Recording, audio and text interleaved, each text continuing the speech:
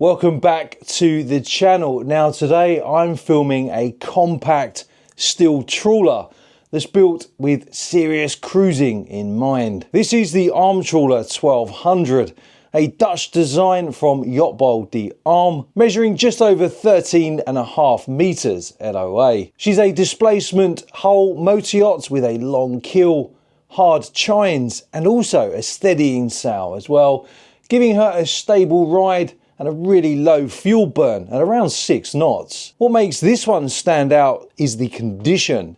In 2022, she was fully stripped, sandblasted and repainted inside and out. The hull and superstructure were finished using the all grip system, so she's been very well looked after. The layout is simple and functional. She's got 2 cabins with 7 berths, central heating and a full galley, all wrapped in oak joinery. If you are into slow, capable, long-range boats, this one's definitely worth a closer look. So join me now as we step aboard and take a tour. Before we do, please don't forget to give the video a like, and if you haven't already, don't forget to subscribe. The more subscribers I get, the more boats like this I can show you, and if you have subscribed, thank you for your support, I really appreciate it. Anyway, let's have a look around. And don't forget to check out my link tree. It's where I feature hand-picked boats currently available for sale and charter. You'll also find all of my top playlists there, including members-only content, behind-the-scenes access and exclusive tours. There are direct links to brokers' listings for every boat I've featured that's for sale or available for charter. And if you've got access to a boat you'd like me to feature on the channel, that's where to reach me. The link's pinned in the comments and in the video description. As we walk alongside, you can start to get a sense of what this boat is built for. The Almtrawler 1200 is a full steel displacement cruiser with a hard chine hull and long keel. That means she's designed to move efficiently at slow speeds, cut through chop without slamming, and track true even in a cross sea. She carries CE Category B certification, which covers offshore passages in wind up to force 8 and waves up to 4 meters. So while she's not a blue water ocean crosser, she's very capable in coastal and near offshore conditions, even in poor weather, so long as it's planned and managed properly. The long keel give her natural directional stability, and with 1500 litres of fuel and deep tankage all round, she's built for slow, steady distance cruising. This isn't a boat for rushing, it's one for going far. Before we hop on board, if you would like to check out her main specifications, then pause the video now.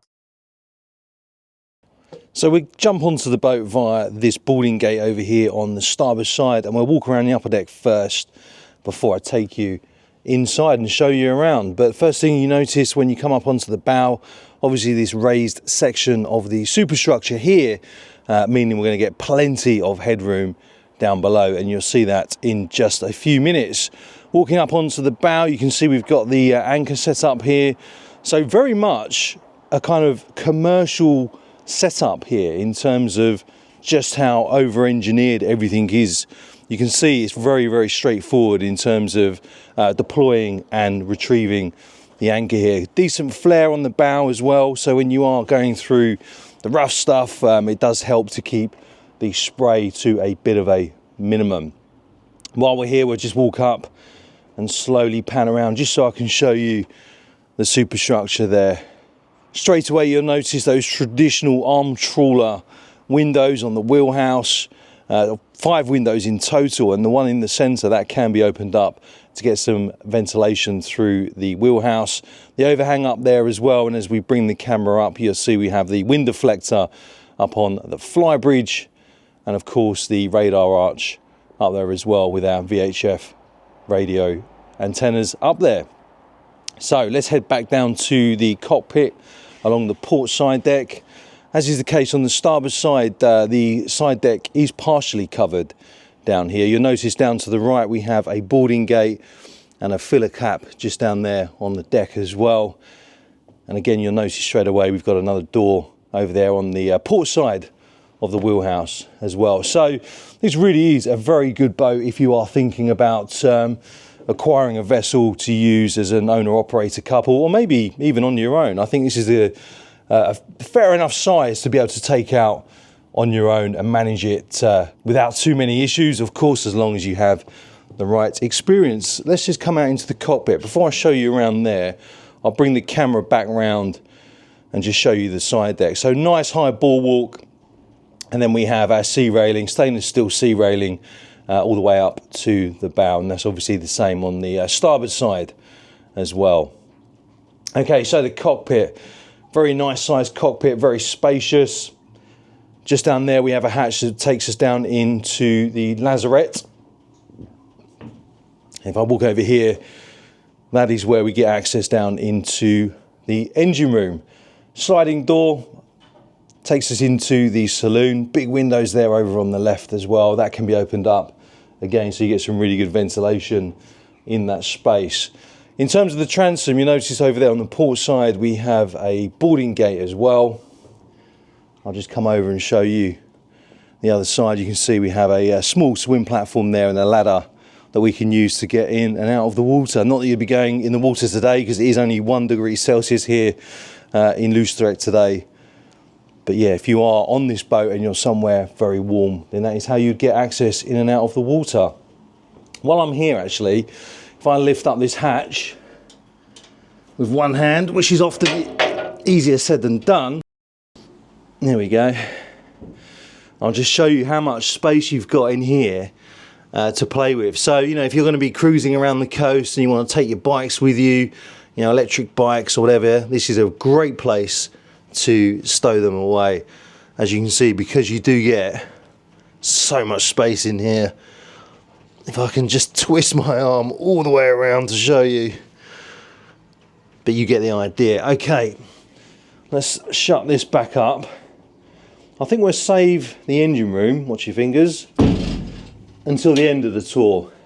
So let's go inside now, get some warmth. You can see around the superstructure as well, always got something to grab onto, and a really good overhang up here in terms of how much of the cockpit is actually covered as well, as you can see. Okay, right, let's come back round. We'll head forward along the starboard side deck and into the wheelhouse. So we take a step up, open this door, so slide that open, and in we go. I'll wipe my feet on the mat and shut the door. And here we get a first glimpse of the interior space. So over to my left we have the saloon over there and the galley. And just over there on the port side, we have a ladder that takes us up onto the flybridge. Then we have the helm position here with an amidships wheel. And just down there to my right, we go down those stairs into the accommodation. So let's head aft and I'll show you the saloon first. So we take 2 steps down. Okay, over to my right, you have the seating area and obviously the table. That isn't fixed, so if you want to move that table and obviously these chairs here around according to how you want this area set up, then of course you can do that. Opposite the seating area we have a TV over there, lots of cabinetry. I'll open up one of these for you. So we've got some glasses and cups stowed away in there, and that is the other side of the sliding door that takes us out onto the cockpit. If I come and stand over here, just do a slow pan around just so you can see how everything is laid out over on this side of the boat. But yeah, very comfortable seating area. Just forward of the seating area, you can see we've got a fridge nestled away in there. Just down there we have a radiator, some fiddles around this part of the cabinetry as well that runs all the way around. And then opposite the seating area, slightly forward, is where we find our galley. So just under this cover, I'll lift this up, you can see we have a 3-burner gas hob. Put that back on there. Over to the right, a decent sized stainless steel sink in there. Just above that we have some storage for crockery, so some more cups over there. And then just underneath there, if I bring the camera under, you can see we have the extractor fan. Plenty of space all around here, as you can see, thanks to all the various cupboards around that area. But a very straightforward and a very well laid out functional area. I do like the fact that we come down a couple of steps as well. I always prefer the split level living arrangement. I'm not entirely sure why. It just appeals to me more, but I'm sure you might have a different opinion on that. I think it works really well. You can see all around the saloon we have these huge windows, so really good visibility all around the saloon, not only for when you are underway, but when you're just in here enjoying the seascape, enjoying the view. Okay, let's take a step up, back up to the helm position. Now, one of the many things that I love about this boat is just how well it has been maintained and looked after by the current owner. Over here, in this logbook, pretty much all of the work that has been done, every single job that's been done on this boat has been logged in there. So it's really well looked after, which I think says a lot about the care and attention that's gone into the upkeep and the maintenance of this vessel. You'll notice we do have curtains all around this area, and as you can see we have the mechanism there for opening the centre window. So let's show you around and see what we've got. Just down here to my right we have the controls for the bow and the stern thruster, and the remote dockmate control just down there as well. All our other switches over here on the left hand side for the various pumps and bilges and everything else. Good bracket there to, I guess, keep your iPad. You can keep your iPad in there if you want to get some digital charts up while you're underway. Over to my right we have the throttle control lever for the engine, gas detector panel just over there, VHF radio, and some more nav gear over there as well. And of course, if you wanted to have your paper chart set up, you've got your table just there. Decent sized steering wheel with some foot plates just down there as well. And over to the left, I have some more cabinetry. Open this up for you. You can see we've got access to all the wiring, the main wiring elements in there. And then over to the left, you've got a cupboard to store your operating manuals or your paper charts. So a very functional layout. I do like this. If I come and sit down here, as I always like to do, and then just bring the camera up so you can see the view you get from the helm position. Good access to pretty much all sectors of the boat. And if I spin around, not too fast, I don't want you to get motion sickness. You can see if we were coming stern to, even if you obviously weren't up on the Flybridge, you would get really good visibility. A couple of windows up there, one over there on my left, another one over there on my right as well. If you're wondering, just over there, that is the transponder control for the AIS. Boat's diagram just up there. So what do you think of the helm position on this boat? Please do let me know down in the comments. But very comfortable in terms of how functional everything is, and in terms of the layouts as well. You've got your analog displays just over there to my left for the engine, and also the rudder angle indicator and the tank level indicator as well for the freshwater and also the black water as well. Another VHF just over there to my left. Okay, let's step up. I think what we will do before we go up onto the Flybridge and then finish in the engine room, I'll take you down into the accommodation. And before I forget, you'll notice we do have a seat just down there as well. So when you're at the helm, if your navigator wants to come up and sit next to you, we've got somewhere to sit. So we descend 4 steps and find ourselves in the accommodation area. So the owner's cabin on this boat is forward.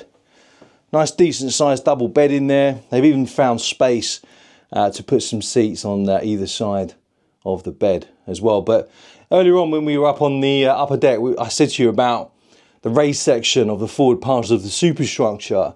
It was a lot higher than what you'd typically expect to find on a boat of this size. And what that means is if I step in here, we have got plenty of headroom. I'm 6'4". There's probably a good half a foot above me. You can see we've got portholes over there on the starboard side, cabinetry just underneath, and some reading lights nestled into the cabinetry around the bed, with some more hanging locker space over there on the left hand side. A radiator just down there. There's not a TV in here, but if you did want to put one up on that bulkhead, you could get a decent sized one up there. And if I bring the camera up, you'll see we've got a skylight up there as well. So a good amount of space for a boat of this size. Very well laid out, and I could quite easily spend a decent amount of time on here. As I say, the amount of headroom you get really does mean that you've got lots of space to work with in there. As we come back out again, you see over to the port side, we do have a wet head, so we've got the toilet down there, the shower just up there, and of course, porthole and the sink down there to my right, with some more storage just underneath. Now, in terms of the guest accommodation, that is just through that door. Let me pop open this for you. This is the top of one of the steel tanks, and what you're seeing here is a manual access and inspection point. The labelled pipes give you direct access to the diesel and water lines, making it easy to inspect or service without relying on electronics. And over here as well, I did open this one up a little bit earlier on. I've left that open, so you can see we do have an access panel just through there as well. And just below the stairs, you can see we do have some access to the piping, and just to my left, the big radiator. Okay, let's go down into the officer's mess. Take a step down, and immediately to my right, so over on the port side, we have a double berth just over there. Some reading lights, a couple of portholes up there, a shelf up there to keep your stuff, and just down here is where we find the washer dryer. And above that, if I pop this open, you can see we've got more access to some of the boat systems and of course storage. And then on the opposite side, across from the double berth, we have a single berth over here as well. So you can quite easily climb in and out of the bed, as you can see just down there. Radiator over there on that bulkhead. And then if I pop this open, you can see we have a separate head for your guests. Sink just over there, and of course the toilet down there, and another porthole just back over there on that bulkhead. Right, let's shut this door again. So what do you think of the accommodation on here? I think it's a very clever layout personally. I didn't expect to find a double berth down here along with a single berth. You can see we've got more storage just below there as well, but let me know what you think down in the comments. Let's come back through here. Back up the stairs. Now this is going to be the risky bit for me because there is quite a lot of ice up on the Flybridge. So let's head up there and see what happens. Fire extinguisher just down there. Remember, if you do need to upgrade or update any of the safety gear on your boat, I do have my own Amazon affiliate store with loads of stuff in it.